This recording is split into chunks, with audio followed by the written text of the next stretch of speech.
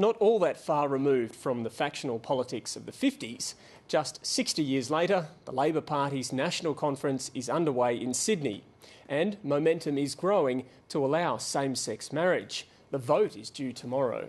But as political editor Chris Ullman reports, today the floor belonged to the Prime Minister.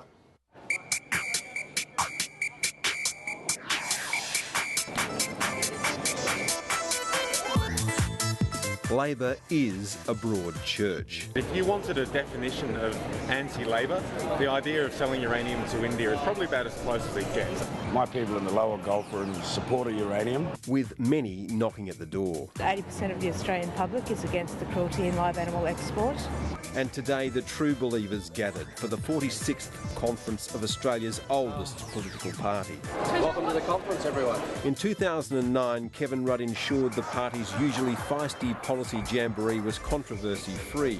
This time, Julia Gillard says she wants real debate, and she'll get it. Marriage is between a man and a woman. I think we should have strong support for same-sex couples. I think there should be a conscience vote. The Prime Minister of Australia, the Honourable Julia Gillard.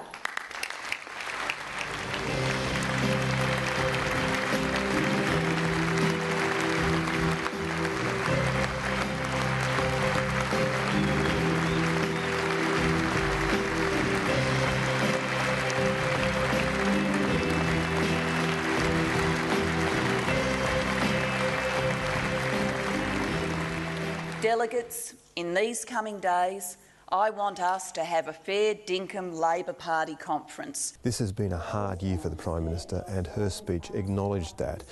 But it also said that perseverance had brought rewards and that tough choices had been made on things like the mining tax.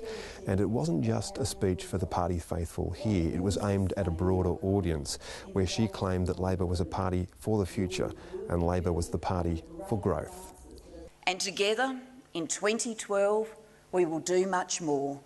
In 2012, we will cut taxes, lift family payments and lift the pension. The Prime Minister highlighted the government's achievements, but her words didn't scale any rhetorical heights as she sought to make Australia and Labor synonymous. We all know the Labor way, the way of jobs, of growth, of fairness, the way of education, of hard work, of respect, the way of the future.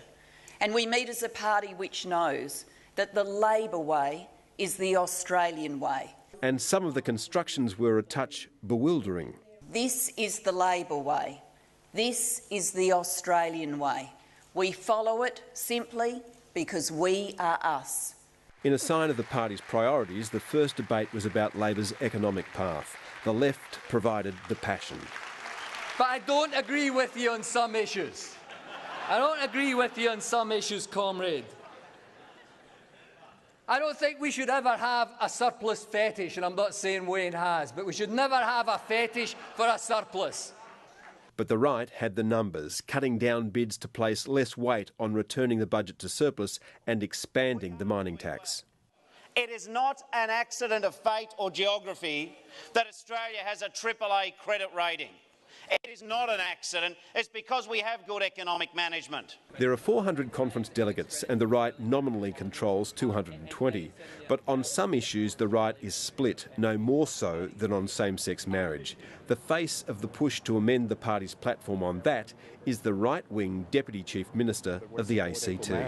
So what will those words be? That Labor would amend the Marriage Act to allow a union between two people regardless of their sex. Change to the platform looks inevitable, despite resistance from the Prime Minister. So the right's rallying around her call for a conscience vote when the battlefield moves to Parliament. But it isn't clear that the right will hold on that either. It is appropriate that the Labor Party recognises that this is a question which has some unique characteristics, including religious beliefs, and it's appropriate in those circumstances for us to move to a conscience vote. That vote will be tomorrow's focus, and Sunday's main bout will be the Prime Minister's push to sell uranium to India, a country that won't sign the Nuclear Non-Proliferation Treaty. Since 2007, the Non-Proliferation Treaty has ceased to be of any practical effect, and there's no point Australia being the only uranium supplier that's not prepared to sell to India. Being in Japan during the earthquake, the tidal wave, and watching what happened around Fukushima has really firmed up my view that this is a dangerous thing that we're digging up and shipping overseas, and to be sending it to a non-signatory to the NPT is a significant step. A line in the sand has been drawn and we shouldn't cross it. Labor says yes to Australia's future. Thank you very much. Labor meets at a difficult time. It's being snuffed out in state elections, and federally it's struggling with attacks on both its right and left flanks.